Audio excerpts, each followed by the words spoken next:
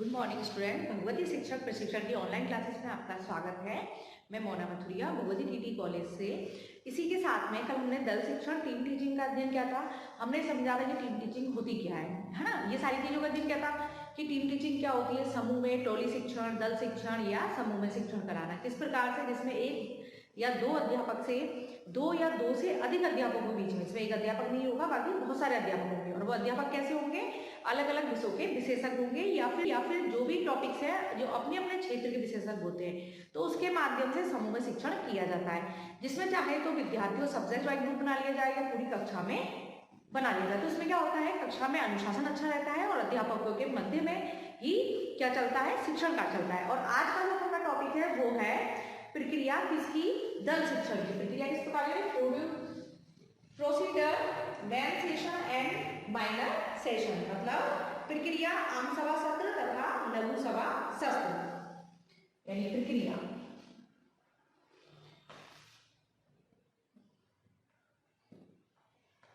आम सभा सत्र या क्या होगा, आम सभा हो गया, और दूसरी कौन सी होती है इसमें, लघु सभा सत्र।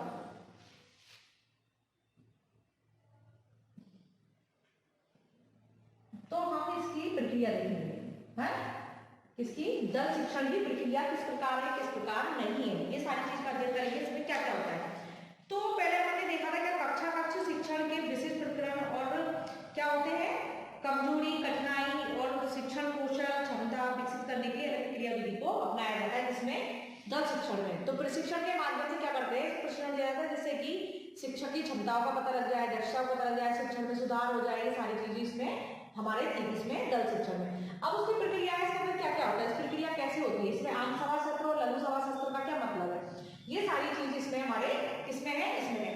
तो अब इसमें हम देखेंगे कि इसमें क्या होता है। तो इसका पहला पॉइंट है दल के शिक्षकों का चुनाव। पहला क्या है, दल के शिक्षकों का चुनाव।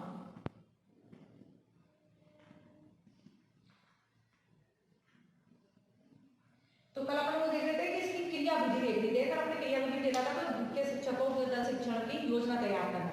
अब योजना में अपना क्या है, दल के शिक्षकों का चुनाव किस प्रकार से करेंगे।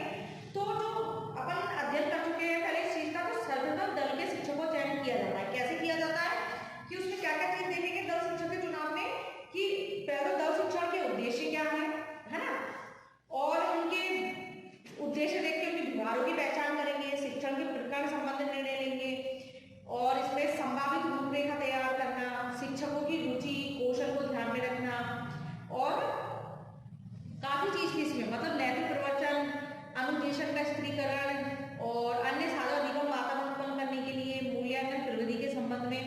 तो ये सारी चीज की क्या रूपरेखा तैयार करते हैं, और इसमें देखते हैं शिक्षकों का चुनाव किस प्रकार करना है दल शिक्षण में, यानी शिक्षक कैसे होंगे कैसे नहीं होंगे। पहले शिक्षकों का चुनाव करेंगे कि 5 शिक्षक चाहिए, 6 शिक्षक चाहिए, कितने शिक्षक होंगे, तो वो शिक्षकों का चुनाव इसमें पहले दल शिक्षण में करते हैं कि शिक्षक किस प्रकार के होंगे, इनका चुनाव करना। मेन प्रक्रिया है, तो पहले क्या होगा कि आम सभा उसमें कि पहले प्रक्रिया में दल के शिक्षकों का चुनाव करना। वो शिक्षक कितने भी हो सकते हैं बच्चों के स्तर के हिसाब से, यानी इसमें उद्देश्यों की प्राप्ति ज्यादा हो जाए, बच्चों को ज्यादा समझ में आ जाए, समस्या समाधान हो जाए। दूसरा है मुख्य शिक्षक का चुनाव या चयन। मुख्य शिक्षक का चुनाव या चयन। अब पहले शिक्षकों का चुनाव के लिए कितने शिक्षक होंगे, 4, 5, 6 जितने भी होंगे उनका चयन। फिर मुख्य शिक्षक जो मेन भूमिका निभाएगा, जो इसमें दल शिक्षण में मेन भूमिका जो निभाएगा वो शिक्षक का चुनाव करें। दल का चुनाव एवं संगठन हो जाने के पश्चात मुख्य शिक्षक का चयन किया जाता है। दल का चुनाव संगठन हो गया, उसके बाद मुख्य शिक्षक का चयन किया जाता है। मुख्य शिक्षक द्वारा नेतृत्व प्रवचन का प्रस्तुतिकरण किया जाता है, ठीक है। तो दल के अन्य सदस्य शिक्षक को मुख्य शिक्षक के साथ मिलकर अपने अपने दायित्वों का विभाजन एवं निर्धारण करना पड़ता है। यानी मुख्य शिक्षक है कि हम टॉपिक सेलेक्ट करेंगे, उद्देश्य सेलेक्ट करेंगे, और और वो हर शिक्षक को बताएंगे कि मतलब क्या क्या करना है, क्या नहीं करना है। यानी गठन करने वाला होता है ना कि योजना तैयार की है, तो इसमें मुख्य शिक्षक कौन होगा, तो अपन डायग्राम बना दें, मुख्य शिक्षक ये होंगे, फिर विशिष्ट मुख्य हो गए, विशिष्ट हो गए, सामान्य हो गए, इसमें लिपिक जो कंप्यूटर वाले जो सब चीज पूरी व्यवस्था से बनाते हैं ना, इस प्रकार से। तो एक मुख्य शिक्षक का चुनाव और चयन करेंगे कि हाँ कि कौन से शिक्षक होंगे, मुख्य शिक्षक जो नेतृत्व का कार्य करेंगे, है ना, और पूरे समूह में दल के मतलब जो अन्य सदस्य शिक्षकों को मुख्य शिक्षक से मिलकर अपने अपने दायित्वों का विभाजन और निर्धारण करना पड़ता है। तो इसलिए मुख्य शिक्षक का चुनाव करना होता है। अब हमारा तीसरा है आम सभा से। आम सभा सत्र तीसरा हो गया, यानी फिर सत्र चालू कैसे होगा, आम सभा जो होगी सभी के मध्य वो कैसे होगी, तो दल के शिक्षक का चुनाव हो गया, शिक्षक हो गए, मुख्य शिक्षक हो गए।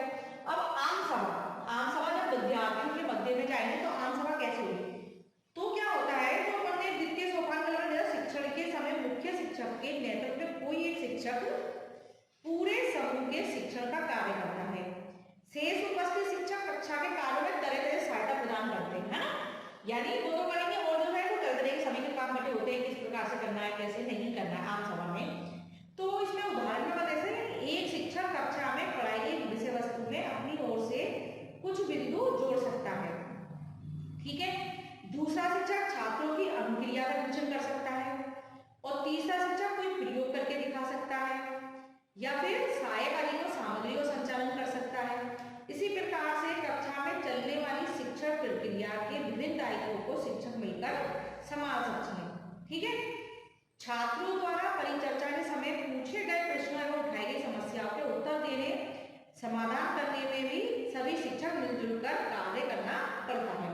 मतलब यही है, जो आम सभा हो रही है, शिक्षक है यानी पूरी सभा दायित्व है, दल शिक्षण चल रहा है, तो इस प्रकार से तो उसमें शिक्षक है, जैसे कि विद्यार्थी बैठे हुए हैं, जैसे अपन बना लेते हैं विद्यार्थी, ये विद्यार्थी बैठे हुए हैं सारे, ठीक है। अब इसमें एक शिक्षक है, मुख्य शिक्षक हो गया, ठीक है, जिसको पूरा टॉपिक को देखना है। अब इसमें से एक शिक्षक होगा जो, जैसे कि अगर ज्योग्राफी अगर अपन समझ रहे ज्योग्राफी में अगर तो मुख्य शिक्षक ने टॉपिक प्रकरण बता कर दिया, अब वो समझा रहे प्रकरण को, आगे प्रकरण से संबंधित सामग्री होगी, जो सामग्रियां हैं तो सामग्री को एक शिक्षक दूसरा शिक्षक कर देगा, ठीक है, तो ये सामग्री को दिखा देगा। फिर तीसरा शिक्षक क्या करेगा, चित्र वित्र के माध्यम से बता देगा कैसे क्या है। चौथा प्रयोग बता देगा, प्रयोग के माध्यम से क्या है। और फिर और शिक्षक, ये सारे शिक्षक जब मिल जाएंगे तो जो भी समस्या होगी, समस्या जो भी होगी तो समस्या का निराकरण के लिए सारे शिक्षक और बच्चे विद्यार्थी, सारे विद्यार्थी हैं तो इसमें विद्यार्थी हो गए। तो ये सब मिलकर सारे शिक्षक का कार्य है। शिक्षकों को चुनाव किया है तो मुख्य शिक्षक, सारे शिक्षक इसमें आ गए, तो कोई शिक्षक प्रयोग करके बताएगा, कोई चित्र के माध्यम से, कोई सामग्री को प्रयोग करके समझाएगा, कोई किस प्रकार से, और जो भी बच्चों की समस्या आएगी ये सारे बच्चे उस शिक्षक मिलकर उस समस्या को सुलझाएंगे। तो आम सभा सत्र में यही होता है कि सारे शिक्षक की अपनी अपनी भूमिकाएं होती हैं। जो आम सभा सत्र चल रहा है तो दल शिक्षण है तो इसमें क्या होगा, तो अनुक्रियाएं होगी, छात्रों की अनुक्रियाएं का निरीक्षण भी होगा, और सब मिलजुल कर क्या करते हैं, पारस्परिक सहयोग से कार्य करना पड़ता है, सभी मिलकर करते हैं। जैसे कि अपने द्वितीय सोपान कल पढ़ रहे थे दल शिक्षण की व्यवस्था में, है ना, तो इस व्यवस्था में क्या है, तो छात्रों से प्रश्न किए जाते हैं, भूमिका का निर्देशन स्पष्टीकरण किया जाता है, भाषा की बोधगम्यता का ध्यान रखना, और नेतृत्व प्रवचन प्रस्तुतिकरण और स्पष्टीकरण, जो जो चीज थी, जो अपनी व्यवस्था थी उसमें बच्चों की जो भी समस्याएं थी, बोधगम्यता की जांच करनी थी, सारी चीज कौन करेंगे, सभी आम सभा के अंदर जो पूरी सभा चलती है उसके अंदर सारे शिक्षक मिलकर उसको क्लियर कर लेते हैं। अब जो हमारा चौथा है वो है लघु सभा सत्र। अब ये तो पूरी व्यवस्था हो गई, कैसे सारे शिक्षक क्या क्या कर रहे हैं, क्या नहीं कर रहे हैं, आम सभा में तो पूरी प्रोसेस हो गई, ठीक है। अब लघु सभा सत्र जो आया, इसके अंदर क्या है, तो छात्रों को आम सभा के बाद छोटी छोटी टोलियों में विभाजित कर दिया जाता है। यानी पहले सारे बच्चे इकट्ठे बैठ के पढ़ रहे थे, पूरी चीज थी, तो छोटे छोटे उनमें से बच्चे इससे से निकाल दिए, जैसे 10 बच्चे 50 बच्चे हैं तो 5-10 बच्चे सभी ने बांट लिए, 5 शिक्षक है तो 5 ने 10-10 बांट लिए। अब क्या होगा, जो टोलियों के दल विभाजित कर लिया जाता है, उन्हें अलग अलग एक एक शिक्षक के साथ बैठकर पढ़ाई कर विषयों पर चर्चा, प्रश्न व्याख्या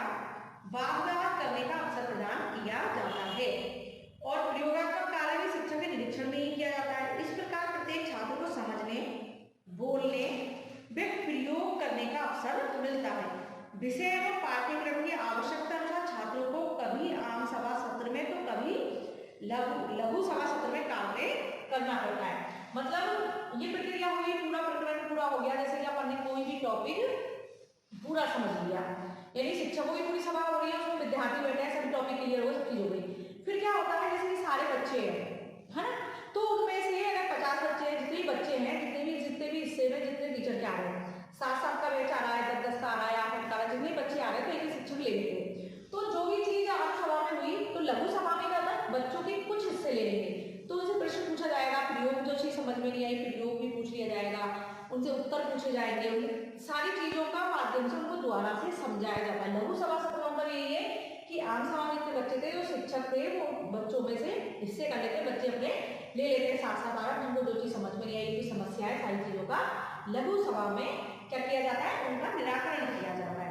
तो इसमें क्या होता है कि इससे बच्चों को और ज्यादा अवसर मिलते हैं आगे बढ़ने के लिए, अपनी समस्याओं को दूर करने के लिए, छात्र को समझने के लिए, बोलने के लिए, सारी चीजें इसमें मिल जाती है कि किस कौन सी किसी पर चर्चा करनी है, प्रश्न क्या है, व्याख्या, वाद विवाद, मतलब अपने अंदर के बच्चे विद्यार्थी के अंदर जो भी चीजें समस्याएं होती है, वो सारी लघु सभा के अंदर वो क्लियर कर लेते हैं। इसी प्रकार से मतलब 5वां जो आया वो है मूल्यांकन।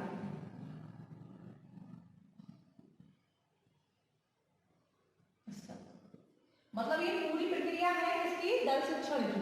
दल शिक्षण के अपन ने कल संप्रत्य स्वरूप ये देखा था, और अपन ने क्या देखा, क्रिया विधि, यानी 3 सोपान थे, उसमें योजना, व्यवस्था और मूल्यांकन, है ना, परिणाम या मूल्यांकन था। अब ये पूरी प्रक्रिया है जो इसमें चलती है, पहले तो चुनाव होगा, फिर मुख्य शिक्षक का चुनाव क्या होगा, फिर आम सभा होगी, फिर लघु सभा और फिर मूल्यांकन सत्र। अब मूल्यांकन सत्र में क्या होता है, जो मूल्यांकन सत्र है, तो इसमें छात्रों की प्रगति का मापन और मूल्यांकन करने के लिए समय समय पर अनेक सप्ताह में ले लो या फिर वैसे, तो उन्हें शिक्षण या पाठ्यक्रम के उद्देश्य के संदर्भ में उन्हें परीक्षा एवं प्रश्न आदि दिए जाते हैं। यानी मूल्यांकन में क्या देंगे, जो भी टॉपिक्स क्लियर हुए हैं, तो उनमें पहले क्या करेंगे कि उनको प्रश्न दे देंगे, या फिर अपन मौखिक रूप से पूछ सकते हो, प्रश्न लिखित रूप से भी, यानी दोनों मूल्यांकन का प्रकार, दोनों में से कुछ भी हो सकता है। यानी उनको थोड़ा टाइम दिया जाएगा, 2-3 दिन का टाइम दे दो समझने के लिए, 2 दिन का दे सकते हैं, 1 दिन का दे सकते हैं। तो उसमें क्या होता है, फिर उसमें पाठ्यक्रम के उद्देश्य के संदर्भ में उन्हें परीक्षण एवं प्रश्न आदि दिए जाते हैं।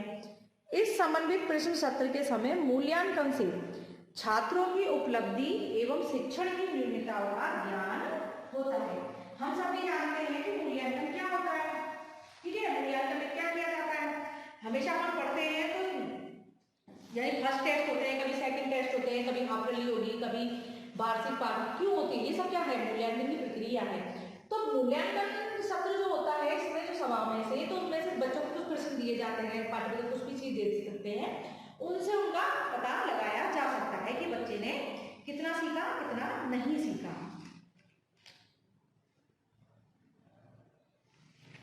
तो इस प्रकार से जो हमने कल देख रहे थे ना, तो क्या दल शिक्षण का तृतीय सोपान, तो दल शिक्षण के परिणामों का मूल्यांकन होता है। तो उसमें क्या होता है, छात्रों की निष्पत्तियों के आधार पर, मूल्यांकन में जो निष्पत्तियां होती है उनकी, उसके आधार पर उद्देश्यों की प्राप्ति के संबंध में निर्णय लिया जाता है कि उनकी प्रगति हुई या फिर नहीं हुई, उन्हें सीखा या फिर नहीं सीखा। इस चीज का इसमें मूल्यांकन में पता लगाया जाता है, इसकी छात्र की निष्पत्तियों का मूल्यांकन किया जाता है। तो मूल्यांकन का जो था, तो इसमें उनकी प्रगति का पता लगाते हैं। तो इसमें क्या होता है, मौखिक लिखित प्रश्नों तथा प्रयोगात्मक परिस्थितियों द्वारा मूल्यांकन किया जाता है। कैसे किया जाता है, मौखिक, लिखित और प्रयोगात्मक। मौखिक यानी प्रश्न पूछ सकते हैं, लिखित रूप में लिखवा भी सकते हैं, और प्रयोगात्मक में भी करा सकते हैं। इन तीनों प्रकार से हम छात्र के उद्देश्यों की प्राप्ति का पता लगा सकते हैं, प्राप्ति हुई या नहीं, ठीक है, का पता लगा। तो मूल्यांकन पता लग जाएगा, तो मूल्यांकन सत्र है, तो उसमें पता लगा सकते हैं कि उद्देश्य का मूल्यांकन करते हैं, किससे, इनके माध्यम से।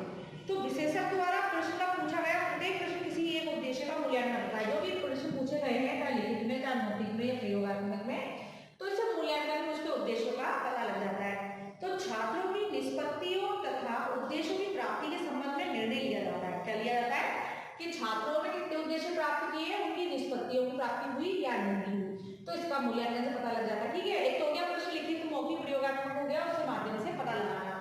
और फिर छात्रों की कमजोरियां तथा कठिनाइयों का निदान किया जाता है। मूल्यांकन क्या है, जो भी उनकी कमजोरी है, जो भी कठिनाइयां आई है उनको किसमें, विषय वस्तु में, टॉपिक संबंधी, तो उससे पता लगाया जाता है कि उनकी कठिनाइयां दूर हुई या नहीं हुई, समस्याओं का पता लगाया जा सकता है। इससे मूल्यांकन से क्यों मालूम है कि मूल्यांकन का मतलब क्या होता है, इतना समझते ही है। और फिर क्या होता है, मूल्यांकन के आधार पर योजना सोपान व्यवस्था का सुधार किया जाता है। मतलब मूल्यांकन कर लिया, उसके बाद मतलब कितनी कठिनाई दूर हुई, कौन सी समस्या थी नहीं थी, तो जब अगर मूल्यांकन ये है कि वो चीज होगी तो उसके बाद ये चयन कर लिया जाता है कि आगे के जो सत्र, जो दल शिक्षण के टॉपिक्स प्रकरण जो होगा वो किस आधार पर होगा। तो मूल्यांकन से पता लगा कि आगे दल शिक्षण के लिए अगर प्रक्रिया बना रहे हैं तो उसमें समस्या जो कठिनाई वो सारी उन सभी को जो समझा ध्यान में रख के आगे के लिए तैयारी की जाती है, इसके लिए फिर दोबारा से दूसरे दल शिक्षण के लिए। ठीक है, अब इतना तो समझ में आ गया होगा मूल्यांकन सत्र में क्या होता है कि इसमें छात्रों की कठिनाइयों का, निष्पत्तियों का, उद्देश्यों की प्राप्ति, सारी चीजों का मूल्यांकन किया जाता है, किस प्रकार से हुआ, कैसे नहीं हुआ। इन छात्रों निष्पत्तियों पता लगाकर उनके उद्देश्य की प्राप्ति हुई या नहीं हुई इसका पता लगाया जाता है, और आगे के लिए दूसरी प्रक्रिया के लिए, इन दल शिक्षण के लिए दूसरी उसके लिए तैयारी इसी के आधार पर की जाती है।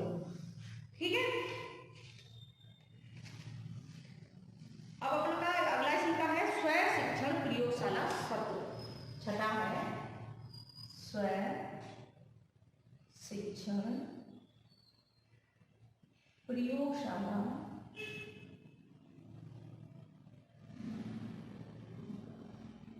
सत्र।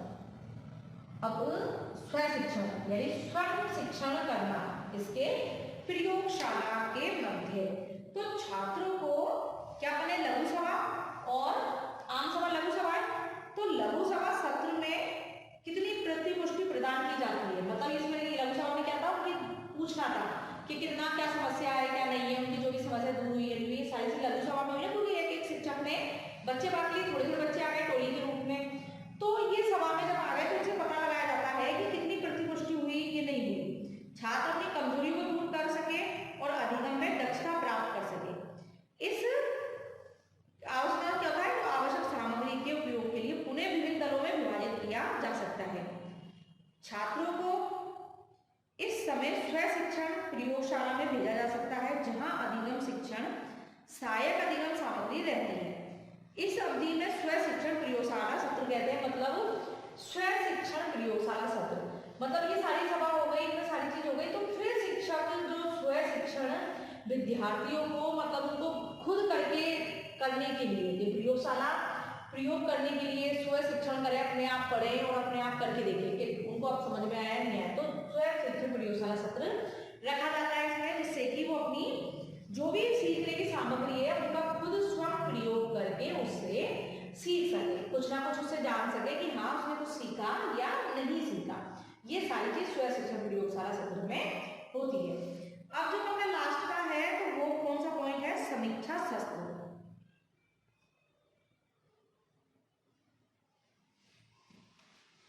सातवां है समीक्षा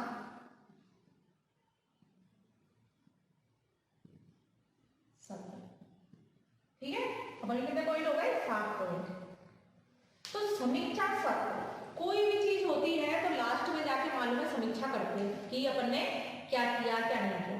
जैसे कि अगर मैं आपसे कहती हूँ तो अपन का ये है कि अपन कौन सा अधिगम और शिक्षण वाला पेपर पढ़ रहे हैं, ठीक है, बीएससी बीएड बीए बीएड का ये पेपर है सेकेंड ईयर का। ठीक है, अब यही पेपर बीएड सेकेंड ईयर में भी है, सिर्फ कुछ टॉपिक्स का ही अंतर है, बाकी सेम पेपर है। तो ये सारी आपने जो आपको बताया मैंने ये चीज, तो ये क्या है, अपन ने इतना बड़ा कि अपन ने 3 यूनिट कंप्लीट कर ली है, चौथी यूनिट में अपन क्या पढ़ रहे हैं, दल शिक्षण, अपन ने विभिन्नता वाले बच्चों का शिक्षण कक्षा अधिगम देखा था, उसमें अध्ययन किया था, ये सारी चीज। तो लास्ट में जो भी पूरी चीज हुई उसकी अपन लास्ट में समीक्षा करते हैं ना, तो कितना मतलब सफल रहा अपन का जो कार्यकाल, कितना नहीं रहा, क्या बुराइयां थी क्या अच्छाइयां थी, ये सारी चीज लास्ट में अपन समीक्षा सत्र में करते हैं। तो छात्रों की प्रगति एवं दल शिक्षण की प्रभावकारिता की समीक्षा करने के लिए दल के शिक्षक प्रति सप्ताह या 15 दिन पर बैठक करते हैं और भावी सुधारात्मक कार्यक्रम की योजना बनाते हैं। समीक्षा करने के बाद वो आगे के लिए योजना बनाते हैं कि आगे जो शिक्षण होगा किस टॉपिक पे होगा, किस समस्या पे होगा, बच्चों के कौन से उद्देश्यों पर होगा, ये सारी चीजों की समीक्षा इसमें की जाती है। अब क्या है, हमने क्या देखा, प्रक्रिया किसकी, दल शिक्षण की प्रक्रिया, आम सभा सत्र या लोकसभा सत्र। दोनों ये सत्र जरूरी है क्योंकि इसमें हमने देखा कि आम सभा तो पूरे विद्यार्थियों, जितने विद्यार्थियों के मध्य में बैठ के तब होती है, यानी हर शिक्षक इसमें क्या करता है, जो गठन होता है इसमें, तो मुख्य शिक्षक और ये टॉपिक होता है, सारे अध्यापक जो होते हैं, विशेषज्ञ होते हैं, तो वो अपनी अपनी एक एक टॉपिक जो भी होते हैं उनको क्लियर करने होते हैं, उसकी वो तैयारी करके आते हैं पहले से, ठीक है। तो उसमें आम सभा में सारे विद्यार्थी और सारे शिक्षक एक साथ होते हैं, ठीक है। आम सभा में यही होगा सत्र में कि आम सभाएं सभी के लिए है, बराबर है। जो लघु सभा है, तो आम सभा में से जो बच्चे जिन्होंने अध्ययन किया है उन बच्चों को ले लिया जाता है और एक एक शिक्षक को बच्चे बांट लिए जाते हैं, है ना, इससे कर लिए जाते हैं। फिर उन बच्चों से लघु सभा में समस्या, कठिनाई, उद्देश्य, उनकी निष्पत्ति, सारी चीजों को जाना जाता है। उसके बाद ही आगे की भी कितना समझ में आया, कितना नहीं आया, कितना अपन का जो दल शिक्षण का सफल हुआ या नहीं हुआ, ये सारी चीजों का लघु सभा में देखा जाता है। तो जो प्रक्रिया थी, तो प्रक्रिया 7 पॉइंट में चलती है, ठीक है। अब प्रक्रिया में यही है कि पहले आपको ध्यान रखना पड़ेगा कि दल के शिक्षकों का चुनाव करना पड़ेगा कि आप जो टॉपिक है उसमें कौन कौन से शिक्षक चाहते हो, किस प्रकार के शिक्षक चाहते हो। तो दल शिक्षक के शिक्षकों का चुनाव करना है कि इसमें एक तो या तो आप कोई डायग्राम के माध्यम से समझाना चाहते हो, तो कौन कौन सी चीजों की आवश्यकता होगी। कोई भी अपन योजना तैयार करते हैं तो उसमें पहले देख लेते हैं कि उसकी रूपरेखा तैयार करते हैं कि किस किस चीजों की आवश्यकता होगी। जैसे कि अपन को कोई प्रोग्राम करना है तो माइक की जरूरत है और उसमें प्रोजेक्टर भी चाहिए, उसमें लाइट की व्यवस्था भी चाहिए, इनके अपन को लाइट चली जाए तो उसके बाद की व्यवस्था भी चाहिए, सारी चीजें व्यवस्था करते हैं ना। इसी प्रकार से पहले योजना तैयार करते हैं, तो उसमें शिक्षक को देखना है कितने शिक्षक आएंगे, शिक्षक का चुनाव कर लेंगे। तो मुख्य शिक्षक ये योजना तैयार करना पहले जिस जो है, तो उसमें मेन कौन रहेगा। जैसे महाविद्यालय को चलाने के लिए प्रिंसिपल होते हैं, तो प्रिंसिपल है, प्रिंसिपल के नीचे पूरा स्टाफ है। प्रिंसिपल जैसे कि कोई नेता वगैरह ले लो, तो जैसे कि प्रधानमंत्री है तो राज्य चलाने के लिए देश को प्रधानमंत्री हो गए, पहले राष्ट्रपति, प्रधानमंत्री, फिर मुख्यमंत्री, फिर मुख्यमंत्री के बाद बनेंगे। तो इस प्रकार से सारी व्यवस्था होती है। उसी प्रकार से कॉलेज जैसा पर मुख्य चुनाव करा है, प्रिंसिपल है, प्रिंसिपल के नीचे भी और व्यवस्था करते हैं और उनके पीछे व्यवस्था है। तो ये एक चेन स्कीम के माध्यम से सारी चीज चलती है। तो इसी प्रकार से मुख्य शिक्षक का चुनाव होता है, फिर आम सभा सत्र होता है, फिर लघु सभा, फिर मूल्यांकन में देखा जाता है कि कितनी जो अपन करा सफल हुआ या नहीं हुआ। फिर स्व शिक्षण के लिए बच्चों को विद्यार्थियों छोड़ दिया जाता है कि वो अपने स्वयं करें, स्वयं सीखें और स्वयं कर सकते हैं नहीं, ये सारी चीजों को देखा जाता है। तो जो हमने देखा है, तो शिक्षकों का इसमें यही दायित्व है कि उनकी योग्यता और उनकी कौशल उसको देखा जाता है इसमें शिक्षक के, कि उनने कितना बच्चों को सिखाया, बच्चों को उनका कितना समझ में आया, किस प्रकार से उनकी तैयारी थी। तो ये सारी चीज पूरी अपन ने देखी प्रक्रिया कैसे है, प्रक्रिया इन 7 पॉइंटों के मध्य चलती है। और ये अपन की और अपन ने क्रिया विधि देखी थी, तो उसमें भी यही कहा कि पहले योजना तैयार करना था, फिर व्यवस्था थी, फिर दल शिक्षण के परिणाम और मूल्यांकन थी, ठीक है। फिर उसके बाद ही प्रक्रिया आई, पहले क्रिया विधि तैयार होती है, फिर उसके बाद ही ये अपन की चलती है। लेकिन ये जो भी पूरा टॉपिक्स है जो अपन ये पढ़ रहे हैं दल शिक्षण, तो दल शिक्षण यही है कि दल शिक्षण इसलिए है कि दल शिक्षण इसलिए किया जाता है कि बच्चों की ज्यादा समस्या दूर हो सके, वो एक शिक्षक के बजाय अनेक शिक्षकों से पढ़ सकें और सभी शिक्षकों के विचार जान सकें। तो ये सारी चीज समूह शिक्षण इसलिए है कि इसमें शिक्षा पद्धति में सुधार आ जाए, शिक्षा पद्धति अच्छे से अच्छे बने, बालक अच्छे से अच्छा सीख सके, इसलिए ही दल शिक्षण का चुनाव किया जाए। तो अपन ने इसकी प्रक्रिया देखी। अब अपन इसमें प्रक्रिया के बाद अपन इसमें और भी है कि दल शिक्षण के प्रकार कौन कौन से होते हैं। तो प्रकार वगैरह तो क्या है, दल शिक्षण के प्रकार कैसे हो सकते हैं, एक ही विभाग के एक ही संस्था में, विभिन्न संस्थाओं में। तो ये प्रकार है इसकी, यानी एक ही विभाग के शिक्षकों का दल बनाना, एक ही संस्था के विभिन्न विभागों के शिक्षकों का दल बनाना और विभिन्न संस्थाओं के एक ही विभाग के शिक्षकों का दल बनाना। यानी इसमें प्रकार में दल शिक्षण के प्रकार जो है, अगर ये आता है टॉपिक, तो इसमें यही है कि एक विभाग के अलग अलग विषयों के या फिर एक ही संस्था के शिक्षकों का बनाना। तो ये प्रकार में यही है, कैसे मोस्ट प्रकार नहीं है इसमें कि दल शिक्षण की प्रक्रिया क्या है, इसकी आवश्यकता क्या है, इसके उद्देश्य, इसकी विशेषताएं क्या है, ये ज्यादा इंपॉर्टेंट है दल शिक्षण में।